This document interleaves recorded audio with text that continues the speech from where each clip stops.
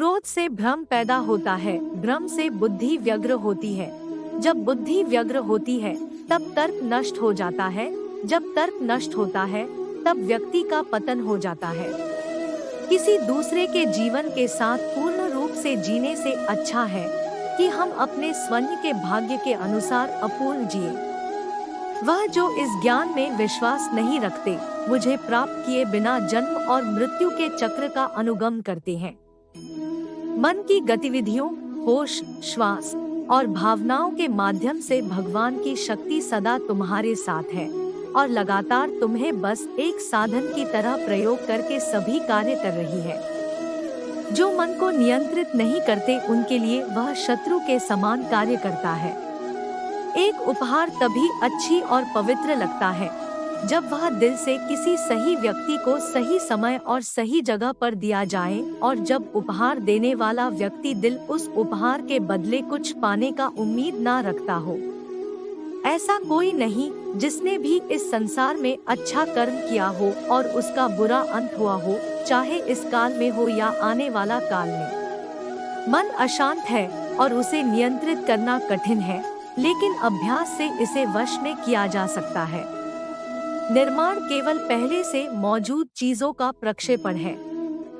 हम जो देखते हैं वो हम हैं, और हम जो हैं हम उसी वास्तु को निहारते हैं। इसलिए जीवन में हमेशा अच्छी और सकारात्मक चीजों को देखो और सोचें। अपने परम भक्तों जो हमेशा मेरा स्मरण या एक चित्त मन से मेरा पूजन करते हैं, मैं व्यक्तिगत रूप से उनके कल्याण का उत्तरदायित्व लेता हूँ। कर्म योग वास्तव में एक परम रहस्य है। इंद्रियों की दुनिया में कल्पना सुखों की शुरुआत है और अंत भी जो दुख को जन्म देता है। हे अर्जुन, बुद्धिमान व्यक्ति को समाज कल्याण के लिए बिना आसक्ति के काम करना चाहिए। जब वे अपने कार्य में आनंद खोज लेते हैं तब वे पूर्णता प्राप्त करते हैं। वह जो सभी इच्छाएं त्याग देता है और मैं और मेरा की लालसा और भावना से मुक्त हो जाता है, उसे शांति प्राप्त होती है।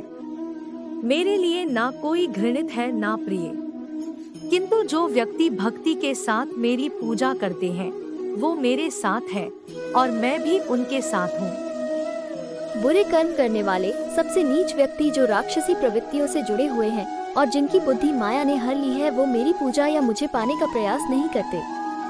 जो कोई भी जिस किसी भी देवता की पूजा विश्वास के साथ करने की इच्छा रखता है, मैं उसका विश्वास उसी देवता में दृढ़ कर देता हूँ। हे अर्जुन, मैं भूत, वर्तमान और भविष्य के सभी प्राणियों को जानता हूँ, किंतु वास्तविकता में कोई मुझे नहीं जानता।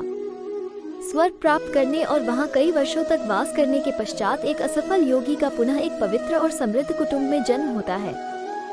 केवल मन ही किसी का मित्र और शत्रु होता है। मैं सभी प्राणियों के हृदय में विद्यमान हूँ। स्वार्थ से भरा कार्य इस दुनिया को कैद में रख देगा। अपने जीवन में स्वार्थ को दूर रखें, बिना किसी व्यक्तिगत लाभ के। ज्ञानी व्यक्ति ज्ञान और कर्म को एक रूप में देखता है, वही सही मायने में देखता है।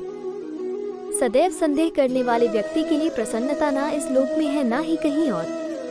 अपने अनिवार्य कार्य करो, क्योंकि वास्तव में कार्य करना निष्क्रियता से बेहतर है। इस जीवन में ना कुछ खोता है ना व्यर्थ होता है।